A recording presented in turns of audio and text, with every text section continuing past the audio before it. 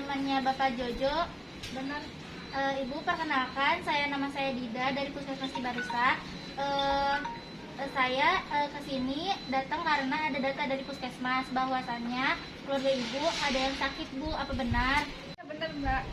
Ibu, kalau begitu boleh kita ngobrol sebentar tentang keluarga Ibu?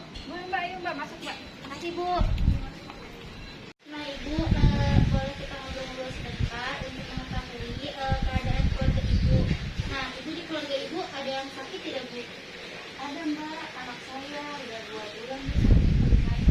Oh iya ya, keluar saya nih, Mbak. Oh, jadi di bagian telinganya ada keluar cairan gitu ya, Bu ya? Iya. Nah, Ibu, boleh saya lihat kakaknya, Bu? Boleh saya ambil dulu ya? Iya. Bentar ya, Mbak. Iya. Ini, Mbak. Kakaknya. Oh iya, terima kasih ya, Bu. Saya lihat dulu sebentar ya, Bu ya. Nah, Ibu tinggal bersama suami dan anak Ibu saja ya, Bu ya? Iya, Mbak. Tidak sama mertua atau siapa gitu, Bu? Enggak, Mbak. Saya punya ini lagi. Oh, iya, iya. Nah, Ibu, ini anak Ibu yang udah, kan ada yang udah umurnya 25 tahun, itu masih serumah atau sudah berumah tangga? Nah, Ibu, ini kan ada anak Ibu yang berumur 25 tahun ya, Bu ya. Ini dia sudah menikah apa masih serumah dengan Ibu, Bu? Serumah. Oh, masih serumah ya, Bu ya. Nah, Ibu, kalau saya boleh, Ibu boleh kalau boleh tahu pekerjaan suami Ibu apa ya, Bu ya? Tukang ojek, Mbak. Oh, tukang ojek. Jadi setiap hari ngojek gitu ya, Bu ya? Dari pagi ya, Bu ya? Iya, dari pagi. Ibu aslinya dari mana, Bu? Aslinya dari orang Subang. Oh, dari Subang. Oh, berarti Sunda ya, Bu ya, kalau Iya. Subang ya. Nah, Ibu, ini rumahnya masih ngontrak atau rumah udah beli, Bu? Udah beli. Saya udah beli sendiri. Nah, Ibu, sehari-hari Ibu pakai bahasa apa, Bu? Bahasa Sunda atau bahasa apa? Bahasa Sunda, Mbak. Bahasa Sunda. Tapi kalau Indonesia bisa ya, Bu ya? Iya, sangat bisa. Ini, Bu ya. Nah, Ibu, boleh saya lihat rumahnya, Bu? Boleh, Mbak. Ayo, Mbak. Ayo. Ayo, Mbak, masuk, Mbak. Ini kamar mandi saya, Mbak. Maaf ya, Mbak, berantakan ini, Mbak. Ah, iya, Ibu, boleh saya lihat rasanya, Bu ya? Iya, boleh, boleh. Masuk. Maaf ya, Bu ya. Iya, iya. Oh iya, Bu. Bu, ini kalau airnya dari mana, Bu, biasanya, Bu? Ini dari Sanyo. Oh, dari Sanyo. Terus kalau buat minum airnya itu gimana, Bu? Pakai air galon saya beli. Oh, beli. Beda lagi ya, Bu ya, nggak Iya, pakai beda air lagi. ini ya, Bu ya. Oh iya, Bu, kamar mandinya bersih, Bu, enak. Ibu, Iya. kita lanjut ngobrol sebentar lagi aja, Bu. Iya, iya, Mbak. Ayo, Mbak. Nah, Ibu, kalau waktu senggang biasanya Ibu sama keluarga ngapain, Bu? Saya biasanya nonton TV, nonton Andin sih saya. Oh, nonton aja. Nah, Ibu, sebelumnya ada anggota keluarga yang sakit nggak, Bu, sebelum ada si anaknya ini, Bu?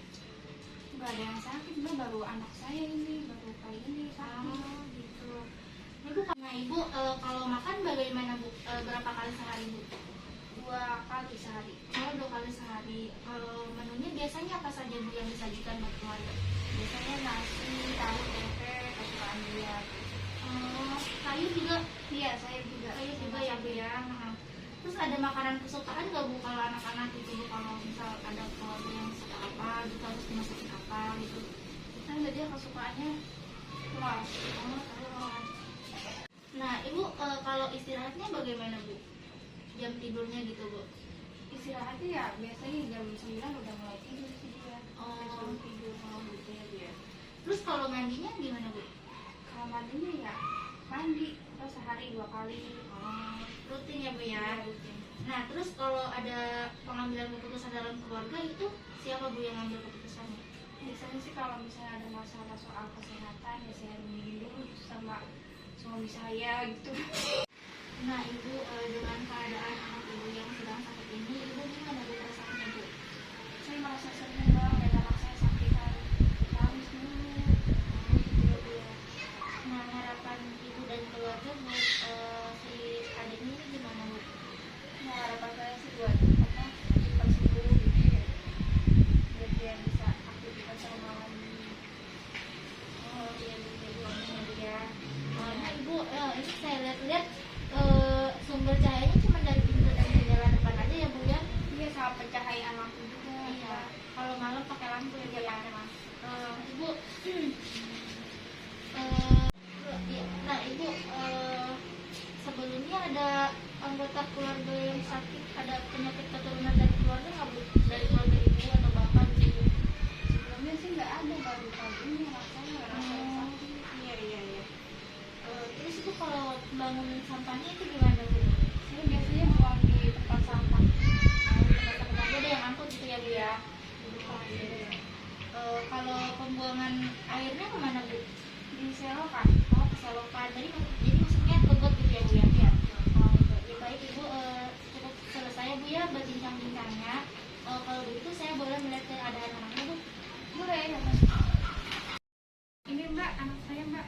Oh iya deh, perkenalkan ya Mbak Dida dari Puskesmas di Barusa ya. Adek sakitnya udah berapa lama dek? 2 bulan. Yang sakit bagian mana dek? Telinga. Oh telinga ya dek sakitnya ya. Boleh kakak periksa dulu ya dek ya? Ya. Boleh.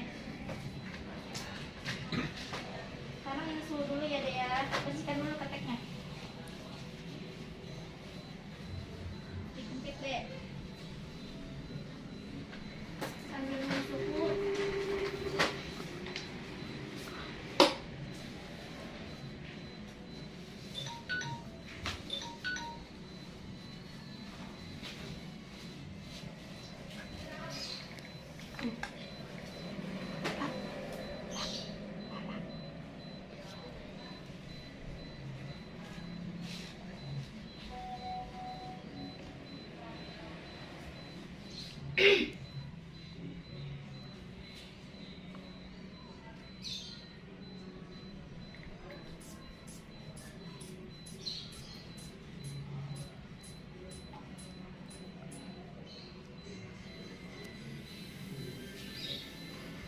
Tekanan darahnya normal ya bu ya, 100/70 ya kalau anak ya. Enggak.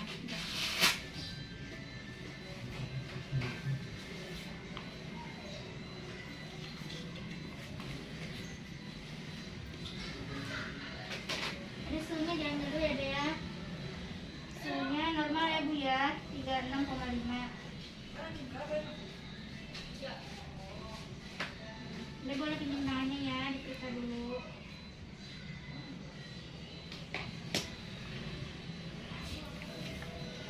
Nadinya normal ya, 60 kali per menit. Nah dek, boleh kakak lihat kepalanya ya. Boleh. Ya, kepalanya bersih ya, tidak ada benjolan. Pusing nggak dek? Pusing. Pusing ya? Dikit. Sedikit pusing ya. Boleh lihat matanya? Iya, ambil depannya bagus. Kemudian hidungnya, iya, mulutnya, kebersihan mulutnya bagus. Telinganya simetris. Oh ini bu ada keluar cairan ya bu ya? Iya. Agak sedikit berbau ya cairannya. Pemeriksaan pendidularisnya, cek karotisnya, tidak ada pembesaran. Bagian dada.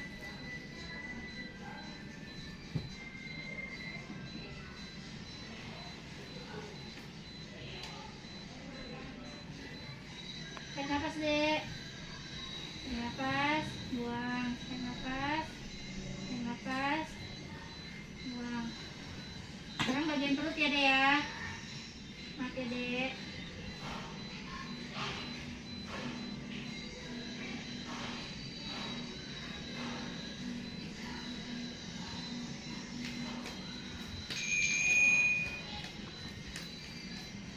Udah selesai deh ya.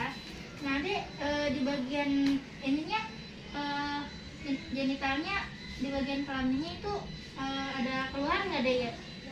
Enggak ada. Nggak ada ya. Boleh suster lihat kakinya? Boleh. Boleh dilihat dulu ya kakinya. Sih ya, tidak ada cairan di kaki atau edema. Nah udah selesai deh ya pemeriksaannya. Ibu sudah selesai pemeriksaannya. Nah ibu karena tadi masalah anak ibu ada di bagian telinga ya bu ya, mengalami adanya cairan yang keluar dari telinga dan adanya bau dan sudah beberapa bulan ya bu ya. Jadi saya nanti akan kembali lagi untuk melakukan penyuluhan kesehatan kepada keluarga ibu, terutama pada anak ibu. Nah ibu, biasanya ibu kapan bu? Besok. Oh besok, besok jam berapa Bu? Jam 10 aja Mbak. Oh baik, kalau gitu nanti besok saya kembali lagi ya Bu ya. Hari ini saya cukupkan hari ini ya Bu ya. Terima kasih ya Bu, saya pamit. Terima kasih ya Dek, cepat sembuh. Jadi. Assalamualaikum. Mbak kemarin ya? Iya Bu. Iya, Mbak masuk Mbak. Iya Bu. Nah Ibu, sesuai janji saya kemarin, hari ini saya akan melakukan penyuluhan mengenai penyakit yang diderita oleh anak Ibu, yaitu OMK, otitis media kronik ya Bu ya. Nah Ibu, sebelumnya kita ngobrol-ngobrolnya di mana Bu? Di sini Di sini saja. Nah waktunya Ibu mau berapa lama? 20 menit saja. Baik, kalau begitu 20 menit saja ya Bu. Nah sebelumnya itu Ibu udah tahu belum Bu OMK itu apa? Belum tahu Mbak. Nah, Ibu saya jelaskan ya Bu ya. Jadi, OMK itu adalah suatu keadaan peradangan kronik pada telinga bagian tengah dengan perforasi membran timpani dan riwayat keluarnya sekret dari liang telinga lebih dari 2 bulan, seperti yang dialami anak Ibu ya Bu ya. Nah, selanjutnya itu ada penyebab dan faktor risiko. Nah, OMK itu biasanya disebabkan oleh bakteri, virus, jamur ya Bu ya. Karena ukuran dan bentuk tuba Eustachiosus dan sistem imun yang bisa berkembang. Nah, terus selanjutnya ada penyebab dan faktor risiko. Nah, biasanya OMK itu disebabkan oleh adanya infeksi jamur, bakteri, dan virus ya Bu ya. Nah, yang bisa meningkatkan terjadinya resiko terjadi OMK itu anak-anak di usia 6 sampai 2 tahun rentan terhadap infeksi telinga ya Bu ya, itu sangat-sangat rentan. Kemudian selanjutnya itu ada tanda gejalanya. Nah biasanya itu tanda gejalanya itu nyeri telinga, keluarnya cairan dari telinga, kemudian nyeri kepala, turunnya nafsu makan, turunnya pendengaran, karena rusaknya gendang telinga, dan demam ya Bu ya. Kemudian selanjutnya ada pencegahan. Nah, pencegahannya itu bisa dilakukan dengan jauhkan anak dari lingkungan yang penuh asap rokok ya Bu ya. Kemudian lengkapi vaksinasi. Nah, anak Ibu udah lengkap belum Bu vaksinnya Bu? Udah lengkap Bu. Oh iya Bu, nanti dilengkapi ya Bu ya. Kemudian jaga cara memberi makan anak. Kemudian berikan ASI eksklusif dan hindari paparan dengan pengidap otitis media ya Bu ya. Kemudian ada akibat dan komplikasi dari OMK. Biasanya itu OMK jika tidak diobati itu akan mengalami gangguan pendengaran Bu. Nah, kemudian ada penyebaran infeksi atau robeknya gendang telinga. Kemudian bisa menyebabkan terlambatnya perkembangan anak bicara jika anaknya masih bayi ya Bu ya. Kemudian selanjutnya ada pengobatan OMK. Nah biasanya itu OMK ada dibagi 2 menjadi pengobatan ya Bu ya. Ada yang obat-obatan dan ada pengobatan di rumah saja. Nah yang pengobatan untuk obat-obatan itu biasanya diberi penghilang rasa nyeri Bu. Nah terus diberikan terapi antibiotik, kayak obat-obatan antibiotik ya Bu. Kemudian yang ketiga itu ada miringotomi. Nah itu tuh adalah penanganan medis yang dimana dokter akan membuat cairan kecil di bagian telinga di dalam gendang telinga anak Ibu agar cairannya bisa keluar ya Bu ya. Nah selanjutnya itu ada perawatan dari rumah. Biasanya kalau dari rumah itu hanya menjaga kebersihan telinga setiap minggu, dibersihkan ya Bu ya. Jangan biarkan anak Ibu mengunyah benda yang kotor. Kemudian hindari asap dan polusi yang dapat mempengaruhi tenggorokan. Kemudian berikan imunisasi anak sesuai dengan waktunya ya Bu ya. Nah Ibu setelah penjelasan tadi apakah Ibu paham? Paham. Nah Ibu bisa menyebutkan kembali apa yang sudah saya jelaskan tadi, misal pengertian OMK itu apa Bu? OMK itu suatu keadaan peradangan kronik pada telinga Mbak. Oh iya, itu biasanya kalau penyebabnya itu disebabkan oleh apa? Disebabkan oleh infeksi bakteri, jamur atau virus. Oh gitu tuh. Nah tanda gejalanya itu biasanya apa saja Bu? Tanda gejalanya yaitu seperti nyeri di bagian telinga, keluarnya cairan dari telinga, nyeri kepala, turunnya nafsu makan. Iya Bu, betul Bu. Nah kemudian pencegahannya itu bisa dilakukan apa aja ya Bu ya?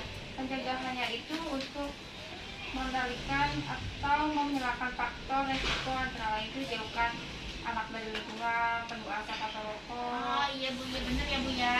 Nah, kemudian komplikasi yang bisa terjadi jika otitis itu tidak ditangani dengan baik gimana Bu? Itu gangguan pendengarannya. Jadi semakin ini ya Bu, semakin tidak berfungsi.